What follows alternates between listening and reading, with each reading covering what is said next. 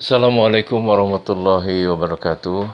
Alhamdulillah pada kesempatan pagi dan siang hari ini kita dapat berjumpa kembali dalam sesi kuliah online untuk mahasiswa Teknologi Pangan Universitas Pasundan.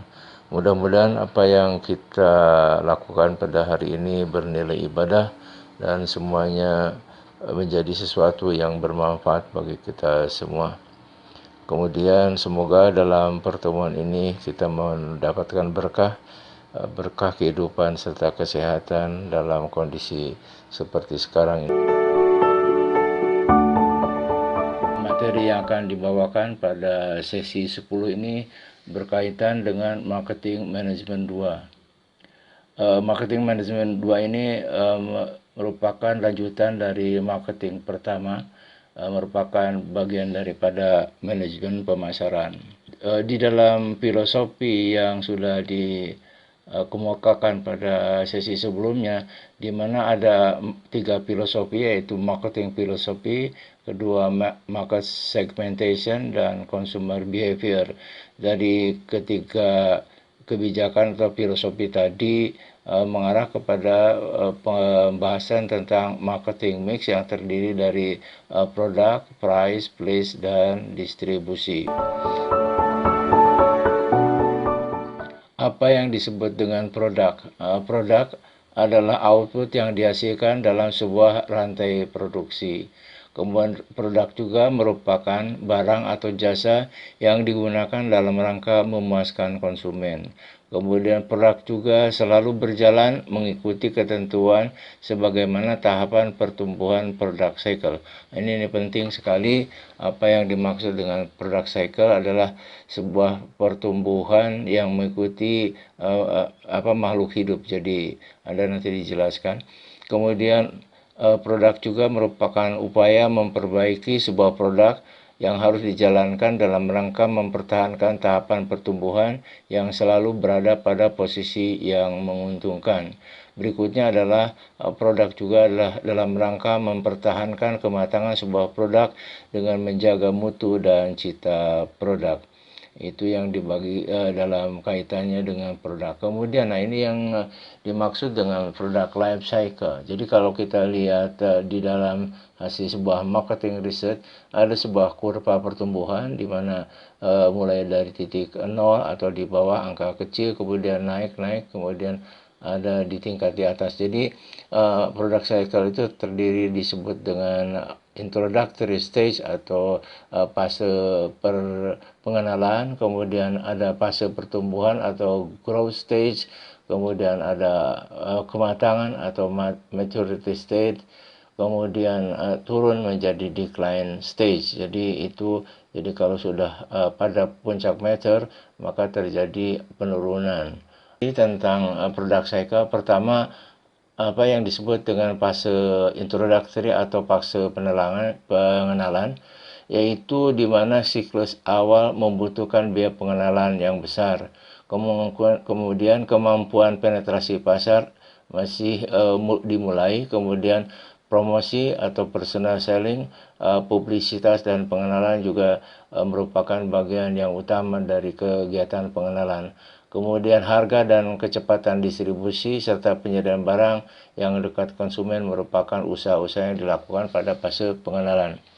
Kemudian berikutnya adalah fase pertumbuhan. Sudah jadi growth stage, maka produk sudah masuk ke dalam pasar, dikenal dan diterima oleh pelanggan.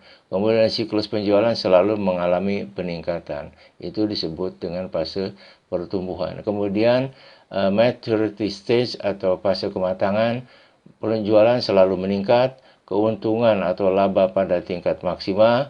Kemudian pengusaha dapat menurunkan harga atau keuntungan atau efisiensi yang dapat merebut peluang pasar. Jadi efisiensi bisa dilakukan dengan menurunkan harga sehingga nanti kuantitas pembelian menjadi lebih besar.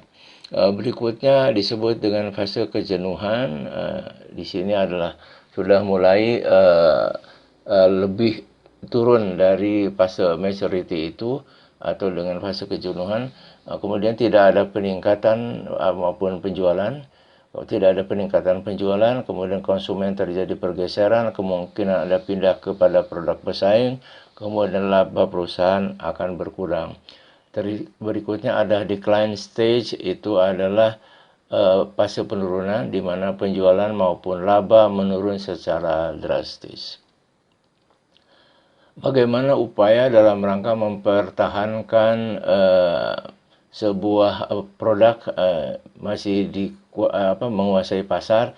Maka ada yang disebut dengan product development atau perbaikan produk yang ada, yaitu seketika kita membangun sebuah kurva yang bergeser ke sebelah kanan yang tadinya harusnya turun, jadi total market stage ini kemudian menjadi turun, kemudian digeser ke kanan sehingga kurva yang kedua ini itu lebih tinggi daripada kurva pertama. Itu disebut dengan product development. Apa yang dilakukan? Jadi product development adalah sebuah upaya agar kurva pertumbuhan bergeser ke kanan serta dapat memperlambat penurunan dalam rangka memperbaiki product cycle. Yang dilakukan dalam sebuah product development atau memperbaiki produk, mengembangkan produk, itu biasanya karena ada sebuah kejenuhan, maka beberapa usaha yang dilakukan berkaitan dengan produk, biasanya pada kualitas produk, baik inner atau isi daripada bahan yang kita jual maupun pembungkusnya. Seringkali pada pembungkus sering dirubah aktor ataupun tampilan-tampilan daripada bungkus sebuah produk itu dilakukan perubahan. Ini juga merupakan product development. Jadi biasanya orang mengenal kemudian dibantu dengan sebuah periklanan bahwa ini produk sudah melakukan perubahan atau perbaikan. Itu dilakukan pada product development. Price adalah sebuah exchange of value atau perubahan nilai tukar dari sebuah produk ataupun service. Jadi harga adalah nilai uang atau monetary value dari produk atau jasa di pasar. Kemudian produk juga harga harus cocok dengan pengertian nilai pelanggan. Jadi harus sesuai sesuai dengan kemampuan dan harga di pasaran. Kemudian price itu dibagi dalam beberapa kategori. Jadi price untuk apa, price of what, kemudian price to whom, untuk siapa harga tersebut diberlakukan, dan price atau harga where and when, di mana dan kapan ini diperjualbelikan. Jadi price itu tidak terjadi tiga kemungkinan yang diberikan. Pertama, price of what, jadi harga atas produk apa. Jadi sebuah produk, misalnya produk sabun, jadi jelas ini produk untuk merek apa, harganya berapa.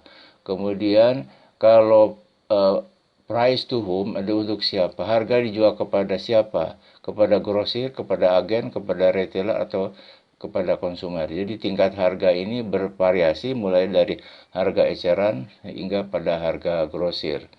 Kemudian harga itu kapan diberlakukan, yaitu di mana produk ditransaksikan. Ya, biasanya ada yang bayar cash atau tidak cash. Kemudian bagaimana sistem penyerahan, jadi delivery dari produk itu juga kapan, pada apakah hari ini, besok, atau lusa, atau 1 bulan ke depan. Kemudian juga produk itu, price itu dibayarkan secara cash atau konsinyasi atau kredit. Ini yang berlaku pada bentuk harga.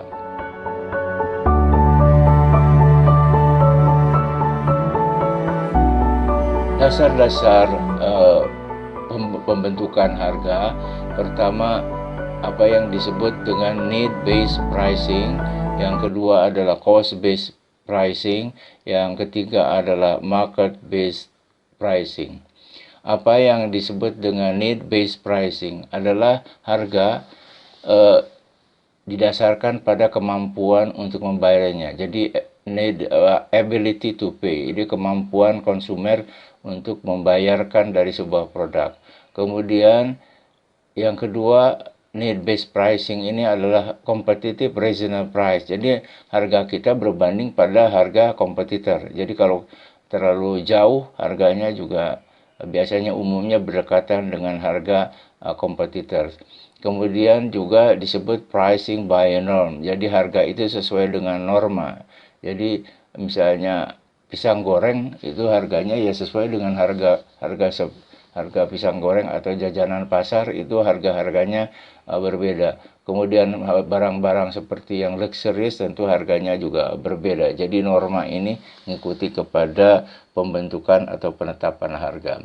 Yang berikutnya adalah cost based pricing. Ini dalam sisi akuntansi di mana ada fixed cost dan ada variable cost. Jadi fixed cost ini adalah biaya-biaya yang dikeluarkan dalam sebuah rentang waktu dan nilainya adalah tetap. Jadi tidak berkaitan dengan jumlah quantity dari produk. Sedangkan variable cost adalah harga atau biaya yang berkaitan dengan jumlah. Semakin besar jumlah yang diproduksi, maka biaya variable cost-nya akan bertambah besar. Sedangkan pada fix biasanya dalam bentuk rentang waktu, misalnya 1 bulan atau 1 hari atau 1 minggu dan seterusnya. Jadi tetap biasanya dihitung dalam satu rentang waktu 1 bulan.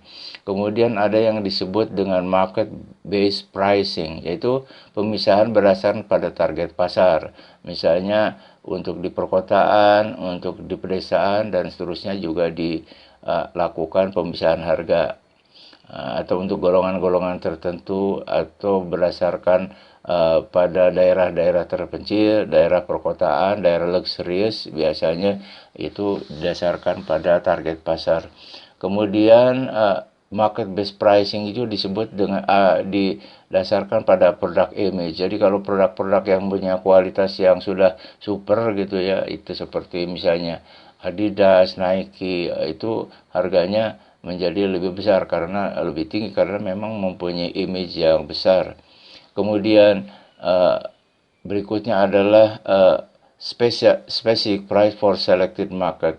Sebenarnya sama aja sebenarnya. Jadi pada mungkin di kafe yang lebih mewah maka harganya lebih tinggi dibandingkan dengan kafe-kafe yang ada di jalanan misalnya itu jadi tergantung pada pasar berada. Jadi ini harga khusus untuk pasar-pasar yang terseleksi. Ini pada pembentukan market based pricing.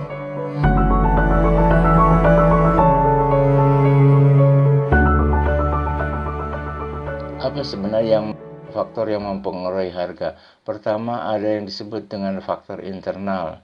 Jadi faktor internal itu adalah di produksinya sendiri, di mana dipengaruhi oleh biaya barang dan jasa. Jadi harga barang, bahan baku, dan jasa atau ongkos pembuatan. Kemudian juga tujuan dari perusahaan, apakah akan berada pada di high quality, di medium quality, dan seterusnya. Kemudian strategi yang dipasangkan dari sebuah produk, kemudian citra yang diinginkan oleh sebuah perusahaan itu didasarkan pada faktor internal. Kemudian faktor eksternal dalam pembentukan harga atau mempengaruhi harga adalah faktor pasar. Jadi bagaimana pasarnya sedang booming atau tidak, sedang lesu atau tidak, dan seterusnya. Kemudian ditentukan oleh pesaing dan tingkat persaingan. Pesaing terdekat dari produk kita juga menjadi faktor eksternal. Kemudian kondisi ekonomi seperti sekarang pada masa pandemi di mana daya beli masyarakat itu rendah, jadi apalagi ditambah dengan resesi ekonomi maupun tingginya inflasi misalnya juga akan berpengaruh kepada harga. Kemudian lokasi dari barang yang kita jual juga menentukan sebagai faktor eksternal. Kemudian ada psikologi dari pesaing. Jadi pengaruh secara psikologi adanya pesaing yang berdekatan dengan produk-produk kita. Dijelaskan kembali bahwa beberapa faktor internal dari sebuah produk pertama adalah total biaya produksi, yaitu mengukur berapa nilai harga produk yang harus dilepas ke pasar. Kemudian berikutnya adalah tujuan perusahaan berkaitan dengan antisipasi strategi perusahaan, cash atau kredit. Ini juga merupakan faktor internal. Berikutnya adalah strategi atau tujuan tertentu dalam rangka menguasai pasar. penetrasi pasar atau mengganggu pasar. Kemudian berikutnya adalah citra atau produk yang akan kita produksi, apakah produk mewah, produk kualitas bergengsi, dan seterusnya. Itu disebut dengan faktor internal dari sebuah dalam penetapan harga. Sekali lagi, faktor eksternal ini pertama adalah faktor pasar, dipengaruhi oleh supply dan demand. Jadi kalau produk kita supply di pasarnya banyak, tentu harganya akan menjadi jauh, kemudian jauh rendah. Kemudian apabila demandnya tinggi, maka juga menjadikan kuantiti daripada yang kita jual juga akan menjadi besar. Dan faktor berikutnya adalah lokasi perusahaan. Ini berkaitan dengan pembebanan biaya transportasi, bahan baku maupun pajak. Jadi kalau perusahaan yang kita bangun itu dekat pada pasar, misalnya itu, atau pada tempat yang strategis baik untuk bahan baku maupun bahan jadi yang kita jual. Jadi ongkos angkut daripada bahan yang kita pasarkan juga akan berpengaruh, karena di Indonesia ini biaya transportasi ini memegang peranan penting dalam penetapan harga. Kemudian kondisi ekonomi, ya kaitannya dengan daya beli seperti sekarang pada saat pandemi ini menjadi masalah yang akan dipengaruhi, apalagi terjadi resesi maupun inflasi pada tingkat maupun akan berpengaruh pada tingkat suku bunga, dan ini akan berpengaruh pada sistem keuangan atau produksi daripada sebuah kegiatan usaha. Kemudian psikologi pelanggan itu unik dan sangat tergantung pada persepsi terhadap produk. Jadi psikologi ini apabila ada hal-hal misalnya banyak komplain dan seterusnya, ini juga menimbulkan efek psikologi dari pelanggan. Jadi kita harus benar-benar bisa menjaga pelanggan itu menjadi dalam kondisi yang menyenangkan dan menghargai atas produk-produk kita. Kemudian tadi setelah adanya faktor internal, faktor eksternal, maka di situ akan ditetapkan penetapan harga. Jadi dalam rangka penetapan harga tersebut ada beberapa pertimbangan. Pertama, apa yang disebut dengan get the price accepted, artinya agar harga-harga tersebut diterima sesuai dengan kemampuan dan daya beli daripada konsumen. Itu disebut dengan get the price accepted. Yang kedua adalah maintain market shares. Jadi harga itu kita tetapkan dalam rangka mempertahankan pangsa pasar yang sudah diperoleh. Karena kalau kita misalkan naikkan harga, itu juga akan berubah kepada pangsa pasar. Ini juga penetapan harga ini sangat berpengaruh kepada agar pasar tetap bisa menerima dan mempertahankan jumlah yang kita jual di pasaran. Kemudian berikutnya adalah sebagaimana umumnya adalah harga itu dalam rangka earns profit atau mendapatkan laba dari usaha yang kita lakukan. Ini dalam rangka penetapan harga di pasaran.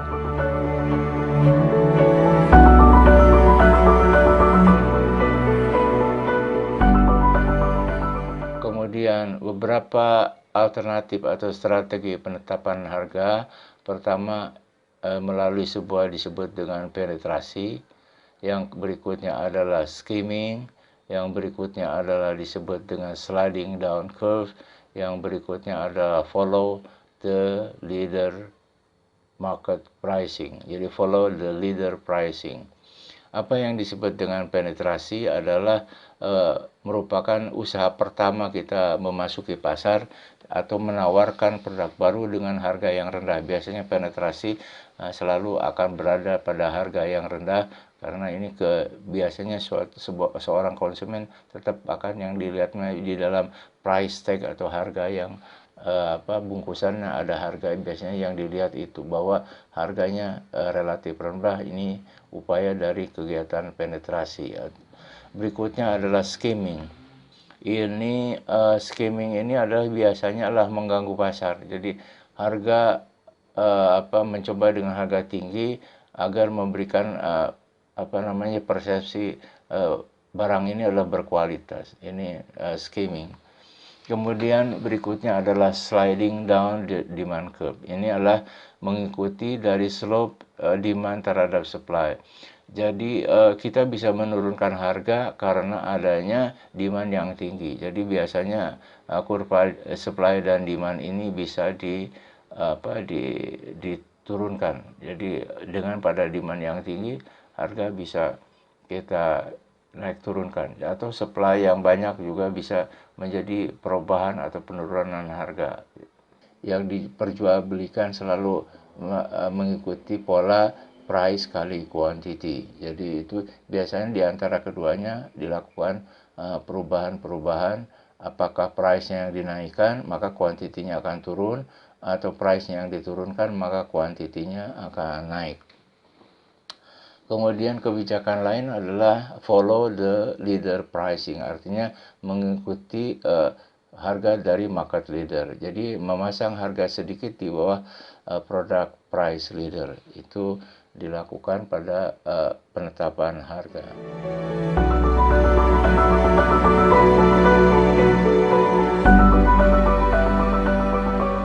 Selanjutnya kita berbicara tentang alternatif atau teknik penetapan harga.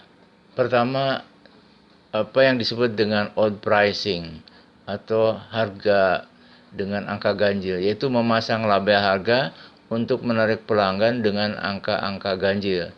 Misalnya di sini saat dalam price tag itu salah satu barang dengan harga Rp19.990 per pasang versus dengan di tempat sebelahnya misalnya ada harga Rp20.000 per pasang, maka mata kita akan menunjuk pada harga Rp19.990 per pasang itu lebih murah dibandingkan yang Rp20.000, padahal perbedaannya hanya Rp10. Sehingga mata kita terkecoh pada angka yang depannya, angka pertama dan kedua itu 19 dan 20, sehingga akan mengambil pada angka 19 adalah lebih murah. Yang kedua disebut dengan price aligning, yaitu memasang harga yang berbeda berdasarkan nama barang atau ukuran barang. Nah, biasanya dalam beberapa pakaian ada yang menggunakan misalnya S, M, XL, L itu dipisahkan dengan harga, atau dalam bentuk versi, versi A, versi B, sehingga jenis itu berbeda harga. Jadi kategori barang di situ. Yang berikutnya adalah zone pricing, yaitu membedakan harga berdasarkan daerah pemasaran. Misalnya harga untuk sekitar Jabotabek, kemudian harga Kota Bandung misalnya, atau harga di luar Kota Bandung, harga di luar kota provinsi, itu bisa terjadi pada zone pricing. Yang keempat disebut dengan delivery pricing, yaitu harga penyerahan dengan memasang harga rata-rata subsidi silang antar yang terdekat dan maupun terjauh. Misalnya harga jamu, harga penyerahan beras pemerintah, harga penyerahan barang dilakukan di mana tempat diterima, atau sekarang ada namanya dengan COD, ya, cash atau cost or cash on delivery. Jadi ketika barang diterima di rumah dibayar pada harga delivery itu. Jadi COD pun masuk ke dalam delivery pricing. Kemudian ada yang disebut FOB factory pricing. Itu harga pabrik. Jadi kita merupakan harga pabrik yang ditetapkan di mana harga pengiriman diserahkan kepada pembeli. Jadi harganya pada posisi harga pabrik. Biasanya ada juga penjualan di pabrik. Tapi sekarang juga ada yang memasang harga pabrik tapi diterima di rumah. Itu bisa aja terjadi. Yang berikutnya adalah leader pricing. Adalah harga atau indeks harga dari produk yang paling populer. Misalnya di dalam segmen deterjen Rinso itu merupakan leader pricing, di mana teknik penetapan barang yang baru berada di bawahnya. Jadi harga deterjen lain seperti misalnya Daya atau Wing itu pada posisi berada di bawah harga leader price dari Rinso. Kemudian berikutnya adalah opportunities pricing, adalah memasang harga relatif tinggi dengan memanfaatkan kondisi kelangkaan barang. Ini biasanya dulu misalnya harga BBM, LPG, misalnya kalau dalam situasi tertentu harga cabai, harga bawang merah dan seterusnya. Jadi pada saat kelangkaan pasar, maka harga ditetapkan pada harga yang setinggi-tingginya. Itu disebut dengan opportunities pricing. Kemudian yang berikutnya adalah diskon pricing, adalah memberikan potongan antara lain untuk produk lama seperti stok terakhir, harga membership atau kartu diskon, atau menggunakan term pembayaran makin cepat bayar makin mendapat diskon yang lebih besar. Jadi diskon pricing juga bisa dalam bentuk ketika ada sales ya, penjualan di pada akhir tahun dan seterusnya, pada bulan-bulan tertentu dan seterusnya. Ini merupakan diskon pricing. Kemudian yang berikutnya ada multiple unit pricing, adalah penetapan harga yang lebih murah bagi pembeli yang lebih banyak. Misalnya kalau harga satuan 25.000, beli 3 hanya 60.000, atau beli 2 dapat 3 buah. Itu dapat tambahan 1. Jadi ini merupakan teknik penetapan harga. Jadi kalau harga yang sebenarnya kan 3 kali 25 75, tapi dibayar dengan harga 60.000, itu namanya multiple unit pricing. Berikutnya adalah dynamic pricing, adalah penetapan harga yang dilakukan face to face antara pembeli dan penjual, yang sesuai dengan kesepakatan atau negosiasi. Biasanya nih harga misalnya jual beli mobil, harga jual beli rumah dan seterusnya. Ini merupakan dynamic pricing yang dilakukan oleh penjual dan pembeli.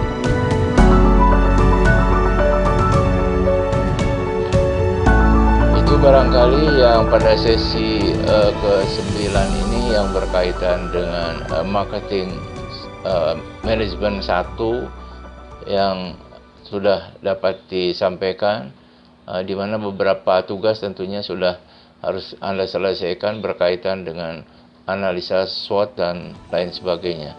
Itu yang dapat disampaikan. Terima kasih. Assalamualaikum warahmatullahi wabarakatuh.